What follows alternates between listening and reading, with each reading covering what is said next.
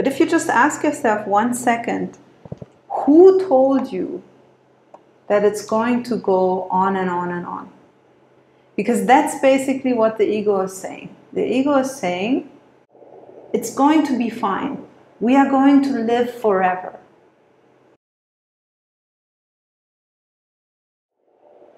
There are even some therapeutic tools that basically do nothing else but lead you from a certain tension that you might have, all the way to discover that in the end of the day it's a fear of dying, basically. That somewhere this anxiety that you have with what will be with your apartment is related to some image deep inside of you, which shows you somewhere all alone in the snow, dying under a bridge. And these tools, they are quite effective. And then you go there directly to the moment of death and you address yourself and you attend to yourself. It can create quite some interesting healing effects. Now, interestingly, also psychologically speaking, there is a great, let's say, association, correlation between anxiety and what is called intolerance of uncertainty. When we are not willing to embrace that things have a question mark to them, we would have a high degree of intolerance towards uncertainty. You could boil this down to say that fear is very often related to the unknown, related to unclarity. Not understanding, okay, where does this problem begin, where does this problem end? Maybe you can think of this common expression that hindsight is 20/20. We see more clearly when we are looking back at something.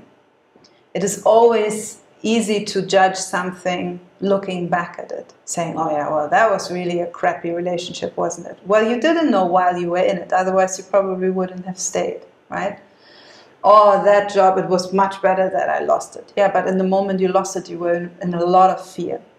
Yeah.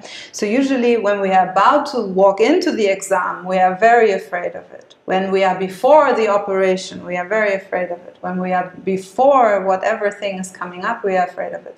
Once we know what it is, well, even once we are in it already, and we can sort of see, okay, there's a beginning, a middle, and an end to this, already things become much more calm, much more quiet inside. And then once it's done, it's like, it's a tale. I lived to tell the tale. They even say it like that. In a way, we are walking in the beginning of this life into a room called life. And the room has an inevitable door at the end of it, which has written on it, death. And biologically speaking, as much as the soul walked into this room to have a wonderful experience, biologically speaking, you're wired to be afraid of that door and to make sure that you stay inside of that room. Now, what that makes is that you will start to avoid that door. You will walk around the room and just all the time try to take your gaze away from the door. You will not just grandiosely walk through the room towards the door, enjoying every step. This is what the soul would do.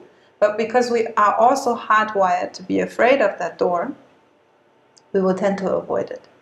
As we avoid it, we start to look a little bit weaselish inside of the room. We start to look more on our feet.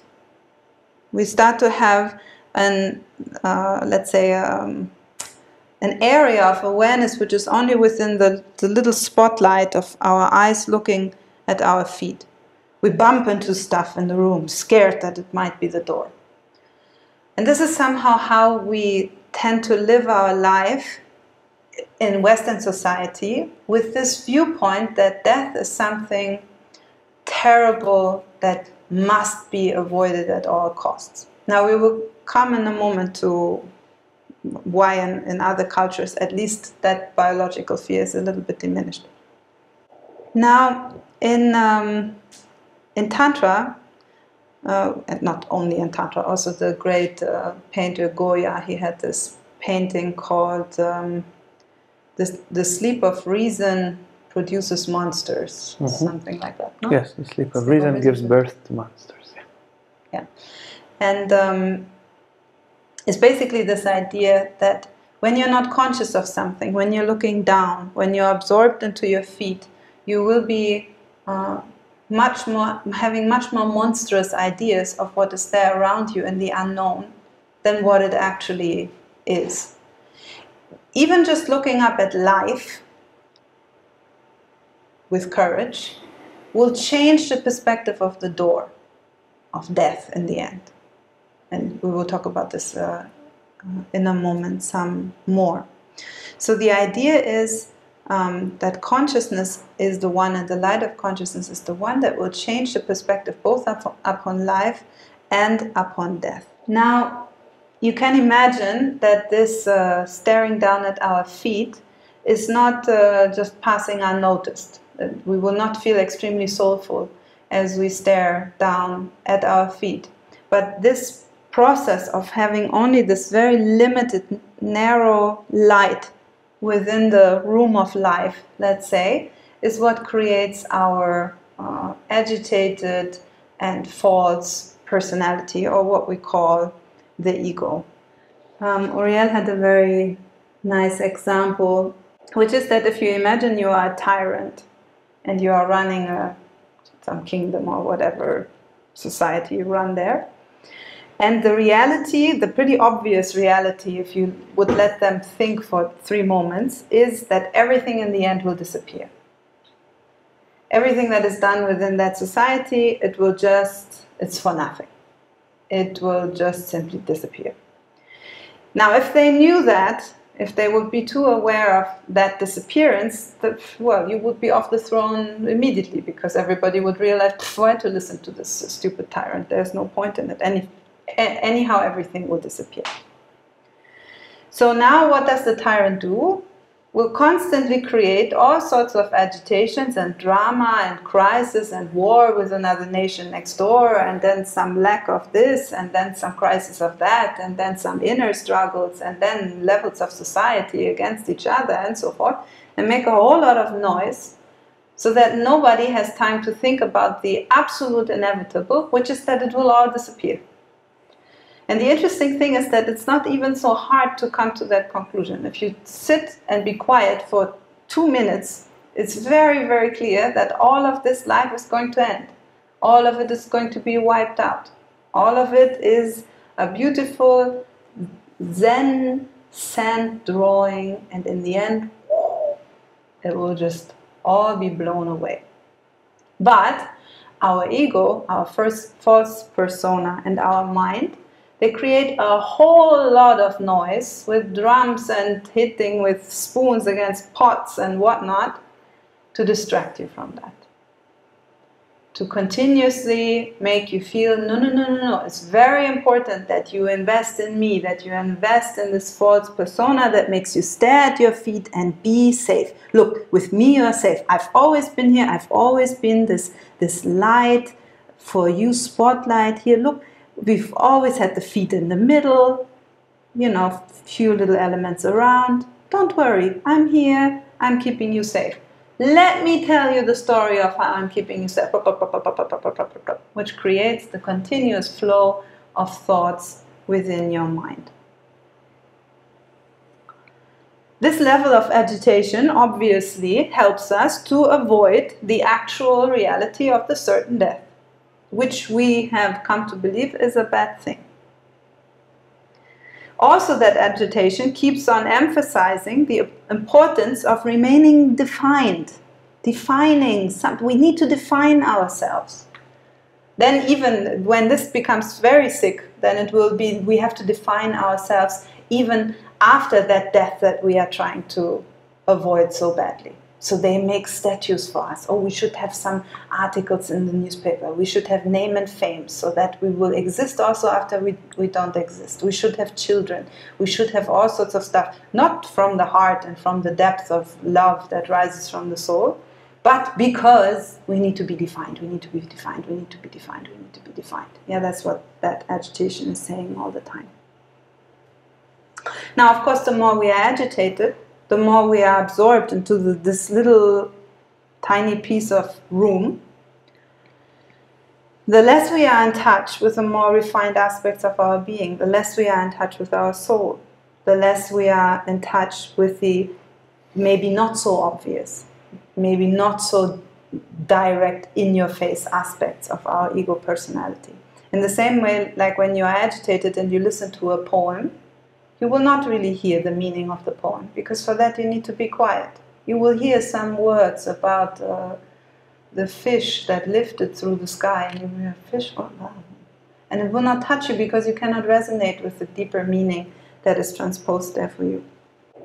And then again, the less in touch we are with our soul, the more fear, the more ego, the less soul, the more fear, the more, and on and on and on and on. In time, this persona will come up with more and more complex schemes to remain alive. And it's like, okay, if wait a second, if I admit that I will die, then what will I do all this for? So if I would look at death, then I lose all my motivation. So I should definitely not look at death. And I should definitely not go deep. And I should, because I'm busy with everything I have defined myself to be.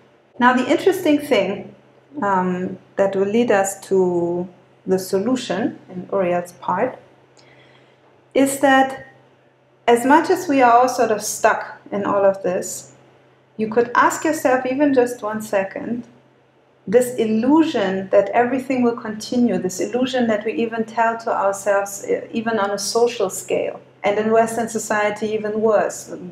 Most people haven't seen a birth, most people haven't seen death. It used to be children and old people would hang out all the time because the people who could work would go to the fields, and the old people and children would hang out. It doesn't happen anymore, not in the scale that it used to. We lock old people in the elderly homes and then children into whatever hospital and kindergarten or whatever where they belong. Family hotels, please stay away with these loud little things that remind me of transformation and ugh. Yeah. So as a society we tell this illusion of staying with our little portion that we know and that we can feel falsely safe with. But if you just ask yourself 1 second, who told you that it's going to go on and on and on? Because that's basically what the ego is saying. The ego is saying, well, no, it will continue forever. If we do it right, if we only just stare at the feet and we don't look at the room and we don't touch the door, nothing bad's going to happen. That's what the ego basically says. It's going to be fine. We are going to live forever. If you ask yourself, okay, where is this coming from? Who told you that? You will notice that the ego is nothing else but an emanation of the soul, who is nothing else but an emanation of the self. And those are deeply aware that it is going to go on and on and on. Not in the way that the ego thinks, not in the frame of time, beyond time, in eternity, which is something completely different. But still, there is an inner knowing that is already encrypted in the problem itself. So let's see how we can face this door.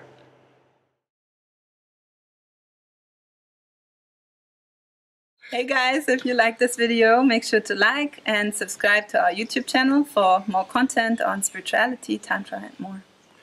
And if you want to sign up for our online classes or for our retreats, you can see our website on the description below.